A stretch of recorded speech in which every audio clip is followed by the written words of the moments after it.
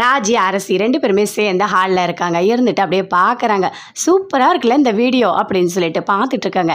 "என்னடி என்ன பார்த்து சிரிச்சிட்டே இருக்கீங்க?" அப்படின்னு சொல்லிட்டு கோமதி கேட்குறாங்க. "அதுவா ஒன்றும் இல்லை. என்ன எப்போ பார்த்தாலும் ஃபோனை வச்சுட்டே இருக்க அரசி, உனக்கு படிக்க எதுவுமே இல்லையா?" அப்படின்னு கோமதி கேட்குறாங்க. "அதெல்லாம் ஒன்றும் இல்லைம்மா, சும்மாதாம்மா வீடியோ பார்த்துட்ருக்கோம்." "எதுக்காக பார்க்குற? இங்கே பாரு, நல்லா தெரிஞ்சுக்கோ ராஜி, நீ பெரிய பொண்ணு. நீ தான் அரசிக்கு சொல்லணும் இதெல்லாம் பண்ணக்கூடாதுன்னு" சொல்லிட்டு கோமதி சொல்கிறாங்க. "என்ன பெரிய பொண்ணுன்னா, அவங்க ஒரு வயசு தானம்மா பெரியவங்க, ஏமா நீ இப்படி பண்ணிகிட்ருக்க?" அப்படின்னு சொல்லிட்டு அரசி சொல்லிட்டு இருக்காங்க. "சரி சரி, என்னது என்னத்தை பார்த்து சிரிச்சிட்ருக்கீங்க, எனக்கும் கொஞ்சம் காட்டுங்களேன்" அப்படின்னு கோமதி சொல்கிறாங்க. உடனே பார்க்குறாங்க. பார்த்துட்டு பயங்கரமாக சிரிக்கிறாங்க. "ஆமாம் ஆமாம், நல்லா இருக்கே" அப்படின்னு சொல்லிட்டு. தங்கமயில் சாப்பாடு, டிஃபன் எல்லாமே கட்டிகிட்டு இருக்காங்க. "ஆமாம், எதுக்காக இத்தனை டிஃபன் கட்டிகிட்டு இருக்க?" அப்படின்னு சொல்லிட்டு கேட்குறாங்க கோமதி. "அதுவா ஒன்றும் இல்லை, அவருக்கு நான் சாப்பாடு கொடுக்க போகிறேன். அப்படியே மாமாவுக்கு எல்லாருக்குமே நான் கொடுத்துட்டு வந்துடுறேன்" அப்படின்னு சொல்கிறாங்க. "ஏன், எதுக்காக?" "அதெல்லாம் எதுவுமே வேண்டாம், அவர் வீட்டுக்கு வந்து சாப்பிடுவார்" அப்படின்னு கோமதி சொல்கிறாங்க. "வேண்டாம் வேண்டாம், வெயில்ல பாவம், எதுக்காக வந்து கஷ்டப்படணும்? நான் போகிறேன்ல அத்தை, அப்படியே சேர்த்து கொடுத்துட்றேன். நான் வாழை இலை வச்சு சாப்பாடெல்லாம் போட்டுட்டு வரேன் அத்தை" அப்படின்னு சொல்கிறாங்க. "அதெல்லாம் வேண்டாம் தங்கமயில், அதெல்லாம் எதுவும் பண்ணாத, அவர் ரொம்ப கோவப்படுவார்" அப்படின்னு சொல்லிட்டு கோமதி சொல்கிறாங்க.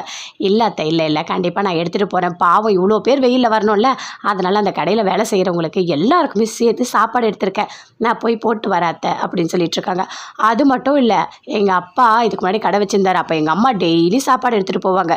கடையில் இருக்க எல்லாருக்கும் சேர்த்து போட்டு வருவாங்க. எனக்கு அந்த பழக்கம் இருக்கு அத்தை" அப்படின்னு சொல்லிட்டு தங்கமயில் சொல்கிறாங்க. "சரி, எப்படி போவேன்?" "இல்லை இல்லை, ஆட்டோ சொல்லியிருக்கேன், நான் போயிட்டு வரேன் அத்தை" அப்படின்னு சொல்லிட்டு அங்கேருந்து போகிறாங்க. "ஐயோ, இவ எது சொன்னாலும் கேட்கவே மாட்றாளே, இப்போ அவருக்கு சாப்பாடு கொண்டு போனால் அவர் திட்டுவாரே" அப்படின்னு சொல்லிட்டு கோமதி சொல்கிறாங்க. "எதுவாக இருந்தாலும் வெயிட் பண்ணி பார்க்கலாம்" அப்படின்னு சொல்லிட்டு ராஜி சொல்லிட்டு இருக்காங்க.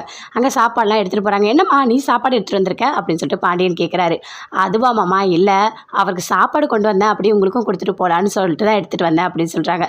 "சரி சரி, சாப்பாடு போடுமா" அப்படின்னு சொல்லிட்டு பழனி அங்கே இருக்கவர் எல்லாருமே சாப்பிட்றாங்க. "நல்லா இருக்குமா சாப்பாடு, இன்னும் கொஞ்சம் போடு" அப்படின்னு சொல்லிட்டு சந்தோஷமாக எல்லாருமே சேர்ந்து சாப்பிட்றாங்க. மீனாங்கிறது வராங்க குளிச்சுட்டு. "என்னங்க நீங்களும் ரெடி ஆகிட்டிங்களா?" அப்படின்னு சொல்லிட்டு கேட்டுக்கிட்டே இருக்காங்க. "ஆமாம் ஆமாம், நானும் ரெடி ஆகிட்டேன். அது மட்டும் இல்லை, என் பொண்டாட்டி ட்ரைனிங்கு போகும்போது நான் கூடையே கூட்டிகிட்டு போய் விடுவேன், டிஃபன் சாப்பிடுவேன், எல்லாமே பண்ணுவேன்" அப்படின்னு செந்தில் சொல்லிட்டு இருக்காரு. "ரொம்ப அழகாக இருக்கு உனக்கு இந்த புடவை, அப்பா ஏஞ்சல் மாதிரி இருக்கு நீ" அப்படின்னு செந்தில் சொல்கிறாரு. அதை கேட்டோடனே மீனா சொல்கிறாங்க. "ஆமாம், எந்த ஊரில் ஏஞ்சல் புடவை கட்டியிருக்கு?" அப்படின்னு சொல்லிட்டு. "என்னோட ஏஞ்சல் புடவை தான் கட்டியிருக்கோம்" அப்படின்னு சொல்கிறாரு. 2 பேருமே ரொம்ப ரொமான்ஸாக பேசிகிட்டு இருக்காங்க. அதுக்குள்ளே கரெக்டாக பாண்டியன் ஃபோன் அடிக்கிறாரு. அட்டன் பண்ணி பேசுகிறாரு. "நீ என்ன பண்ணிகிட்டு இருக்க? மீனா எங்கே?" அப்படின்னு சொல்லிட்டு கேட்குறாரு. "மீனா வந்து ட்ரைனிங் போயிருக்கா" அப்படின்னு சொல்கிறாரு. "சரி, இப்போ நீ சும்மா தானே இருக்க, நீ என்ன பண்ணுற, கோயம்பேடு போ, நான் சொன்ன எல்லா வேலையும் செஞ்சுட்டு வா, அப்புறம் அதெல்லாம் என்னென்ன ரேட்டு எல்லாமே கேட்டுட்டு வா. ஆனால் ஒன்று, நீ வந்து ஆட்டோலாம் பிடிச்சி போயிடாத, பஸ்ஸே இருக்குது, நீ பஸ்ஸில் போய் எல்லா வேலையும் முடி" அப்படின்னு சொல்லிட்டு பாண்டியன் ஃபோனை வைக்கிறாரு. அதை கேட்டவுடனே மீனா, "நீ தான் மீனா தனியாக போகணும்" அப்படின்னு சொல்கிறாரு. "எனக்கு இதெல்லாம் ஏற்கனவே தெரியும். என்ன மாமா உங்களுக்கு நிறைய வேலை கொடுத்துருக்காரா? சரி, நீங்கள் அந்த வேலை எல்லாமே முடிச்சு வச்சுருங்க. ஈவினிங் நான் வரத்துக்குள்ளே நாம் 2 பேரும் சேர்ந்து ரொம்ப சந்தோஷமாக சாப்பிட்லாம், ஒன்றா இருக்கலாம்" அப்படின்னு சொல்லிட்டு மீனா சொல்கிறாங்க. "அது எப்படி மீனா, இது எல்லாத்தையுமே நீ சாதாரணமாக எடுத்துக்கிற?" அப்படின்னு சொல்லிட்டு செந்தில் கேட்குறாரு.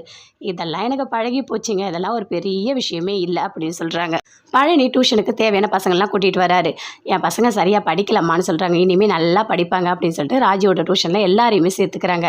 "அப்போது மாமாவுக்கு தெரிஞ்சால் என்ன நினைப்பார்?" அப்படின்னு கோமதி சொல்கிறாங்க. "எல்லாம் நான் பார்த்துக்கிறேன் அத்தை" அப்படின்னு சொல்கிறாங்க. "தங்கமயில் நீங்களும் பார்த்துப்பீங்க"